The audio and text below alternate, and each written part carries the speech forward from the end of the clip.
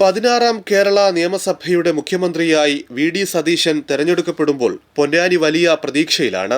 സംസ്ഥാന മുഖ്യമന്ത്രിയുടെ ഏറ്റവും അടുപ്പമുള്ള വിശ്വസ്തരിലൊരാൾ പൊന്നാനിയുടെ എം.എൽ.എയായ കെ.പി. നൌഷാദലിയാണെന്നതാണ് പ്രതീക്ഷയ്ക്ക് കാരണം. മുഖ്യമന്ത്രിയുമായുള്ള സൗഹൃദവും ആത്മബന്ധവും പൊന്നാനിയുടെ വികസന സ്വപ്നങ്ങൾക്ക് കരുത്തും ഊർജവുമാകുമെന്ന് പൊന്നാനിക്കാർ പ്രതീക്ഷിക്കുന്നു.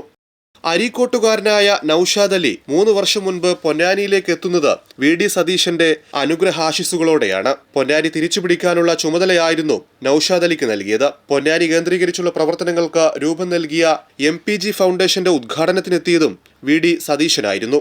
ഏറ്റവും ഒടുവിൽ മുഖ്യമന്ത്രി ചർച്ചയുമായി ബന്ധപ്പെട്ട് ഹൈക്കമാൻഡ് വി.ഡി. സതീശനെ ഡൽഹിയിലേക്ക് വിളിച്ച ഘട്ടത്തിൽ നൌഷാദ് അലി കൂടെയുണ്ടായിരുന്നു. നൌഷാദ് അലിയോട് ഡൽഹിയിലെത്താൻ സതീശൻ ആവശ്യപ്പെടുകയായിരുന്നു.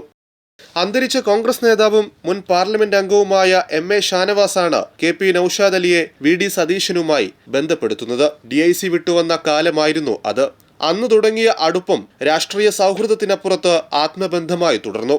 ഒടുവിൽ മുഖ്യമന്ത്രി പദത്തിലേക്കുള്ള ജൈത്രയാത്രയിൽ വി.ഡി. സതീശനൊപ്പം കട്ടയ്ക്ക് കൂടെ നിൽക്കുന്ന ആത്മസൗഹൃദമായി.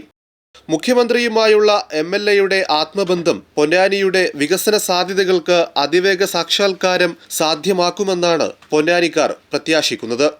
തീരദേശ മേഖലയിലും ടൂറിസം രംഗത്തും കാർഷിക മേഖലയിലും പ്രഖ്യാപിക്കപ്പെട്ട പദ്ധതികളുടെ പൂർത്തീകരണത്തിന് മുഖ്യമന്ത്രിയും MLA-യും തമ്മിലുള്ള ആത്മബന്ധം വഴി തുറക്കുമെന്നാണ് പ്രതീക്ഷ.